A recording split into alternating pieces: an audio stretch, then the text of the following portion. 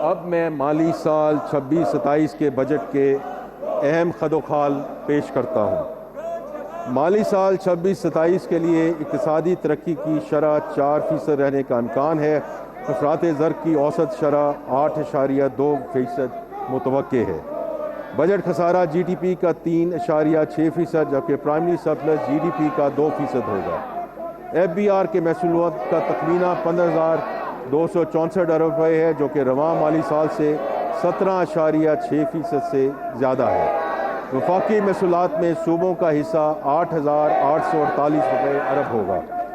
وفاقی حکومت اور صوبائی حکومتوں نے کچھ قومی تقاضوں کو اجتماعی طور پر پورا کرنے کے لیے ایک انتظام پر اتفاق کیا ہے، جس کے مثبت اثرات انشاءاللہ ملکی سطح پر ہوں گے۔ یہ انتظام تعاون پر مبنی وفاقیت یعنی کہ کوآپریٹو فیڈرلزم کے جذبے کے تحت اور صوبائی حکومتوں کے آئینی حقوق کو متاثر کیے بغیر طے پایا ہے۔ اس انتظام کے تحت وفاقی قابل تقسیم حاصل یعنی کہ فیڈرل ڈویزیبل پول میں صوبائی حکومتوں کا حصہ بدستور 7ویں قومی مالیاتی کمیشن یعنی کہ این ایف سی ایوارڈ کے مطابق رہے گا۔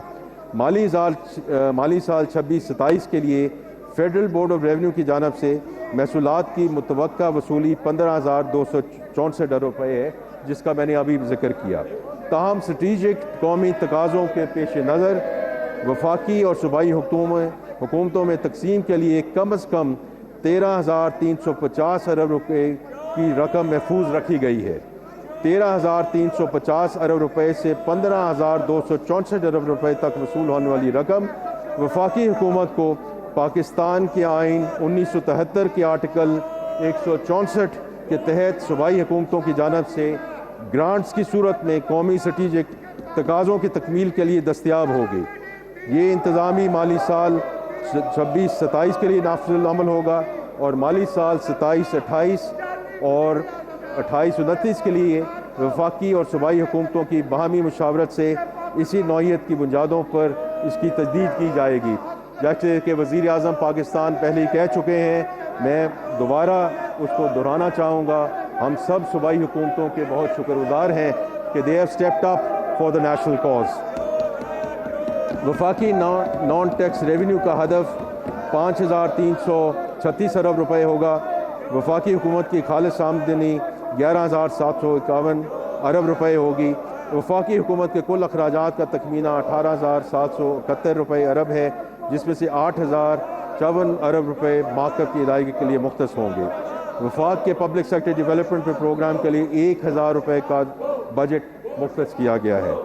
وفاقی حکومت کے جاریہ اخراجات یعنی کرنٹ ایکسپینڈیچر کا تخمینہ 17,495 ارب روپے ہے۔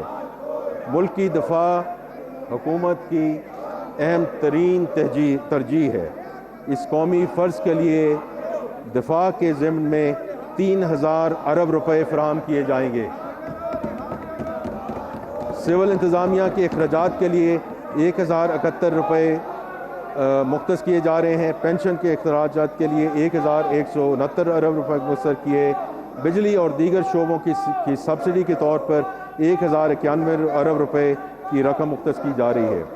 گرانٹس کی مدد میں 2,680 ارب روپے مختص کیے جا رہے ہیں، جو بی آئی ایس پی، آزاد جموں و کشمیر، گلگت بلتستان اور خیبر پختونخوا کے نئے ضم شدہ اضلاع وغیرہ کے لیے ہیں۔ وزیر اعظم اپنا گھر اسکیم کے لیے 71 روپے کی رقم مختص کی گئی ہے۔ ایکسپورٹ ری فائنانس اسکیم کے توسیع کے لیے 88 ارب روپے مختص کیے گئے ہیں، جس سے برآمدات کے فروغ میں مدد ملے گی۔ حکومت بی آئی ایس پی کی فلیگ شپ انیشیٹو کی کوریج بڑھانے کا ارادہ رکھتی ہے۔ اس سے عملی جاملہ پہنانے کے لیے کفالت پروگرام کو 1,12 ملین خاندانوں تک پہنچایا جائے گا۔ تعلیمی وظائف پروگرام کو مزید وسعت دی جائے گی تاکہ تقریباً 92 لاکھ بچوں کو فائدہ پہنچایا جا سکے۔ اگلے مالی سال میں بی آئی ایس پی کے لیے 838 ارب روپے مختص کرنے کی تجویز ہے، جو کہ پچھلے سال کے مقابلے میں 17% زیادہ ہے۔ جاریہ اخراجات سے آزاد جموں کشمیر کے لیے 146 ارب روپے، گلگت بلتستان کے لیے 88 ارب روپے اور خیبر پختونخوا کے نئے ضم شدہ اضلاع کے لیے 95 ارب روپے مختص کرنے کی تجویز ہے۔ جناب اسپیکر، اب میں اس ایوان کے سامنے آئندہ مالی سال کے ترقیاتی پروگرام PSTP کی تفصیل پیش کرنا چاہتا ہوں۔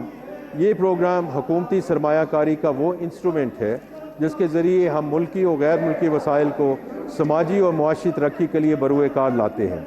10 جون 2026 کو منعقدہ نیشنل اکنامک کونسل کے اجلاس میں مالی سال 26-27 کے لیے قومی ترقیاتی پروگرام کی منظوری دی گئی، جس کا حجم 3,675 ارب روپے ہے۔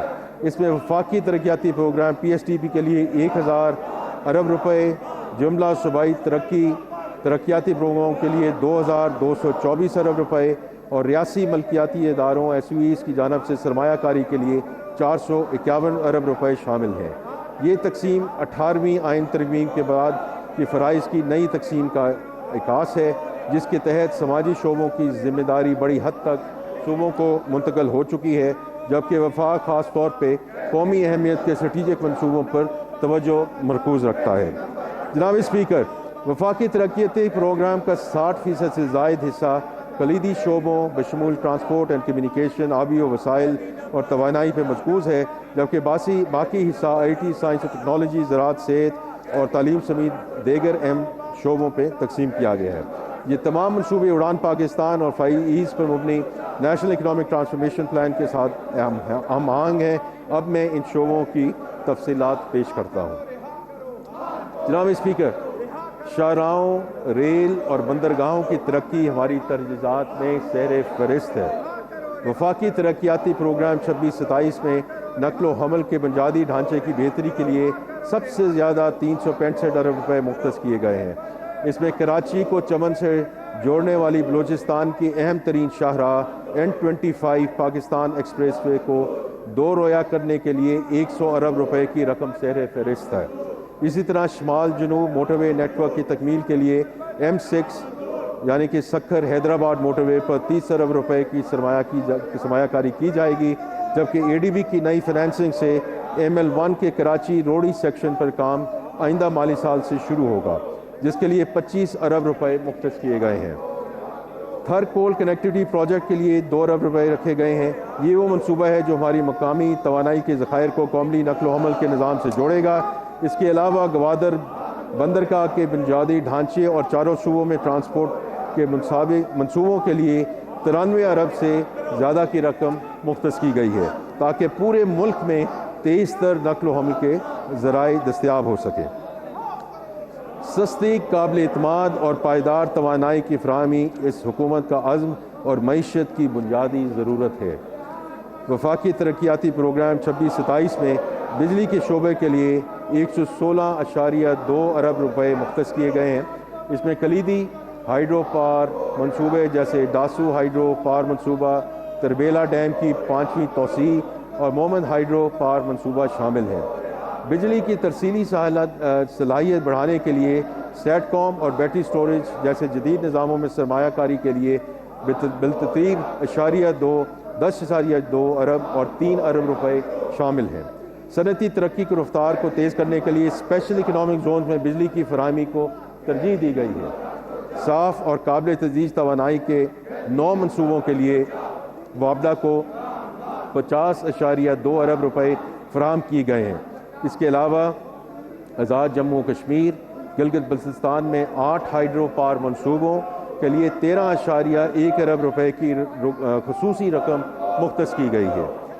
مزید برآں وابڈا اور نیشنل گریڈ کمپنی اپنے انفرادی وسائل سے 158 ارب روپے سے زائد کی سرمایہ کاری کریں گے۔ پاکستان کو پانی کے کئی سنگین چیلنجز کا سامنا ہے، جیسے سٹوریج کی کمی ہوتی صلاحیت اور موسمیاتی تبدیلی سے آنے والے سیلاب۔ گزشتہ سال دریاؤں میں آنے والے سیلاب نے ہماری معیشت کو 822 ارب روپے کا نقصان پہنچایا۔ یہ نقصان ہمیں اس شعبے میں منظم سرمایہ کاری کی فوری ضرورت کی نشاندہی کرتا ہے۔ اسی لیے وفاقی ترقیاتی بجٹ 26-27 میں 43 آبی منصوبوں کے لیے 103.1 ارب روپے مختص کیے گئے ہیں۔ سب سے اہم منصوبوں میں دیامیر بھاشا ڈیم کے لیے 14 ارب روپے، میمن ڈیم کے لیے 22 ارب روپے، داسو ہائیڈرو پاور کے لیے 15 ارب روپے اور کراچی کے بلک واٹر سپلائی منصوبے کے 4 کے لیے 10 ارب روپے شامل ہیں۔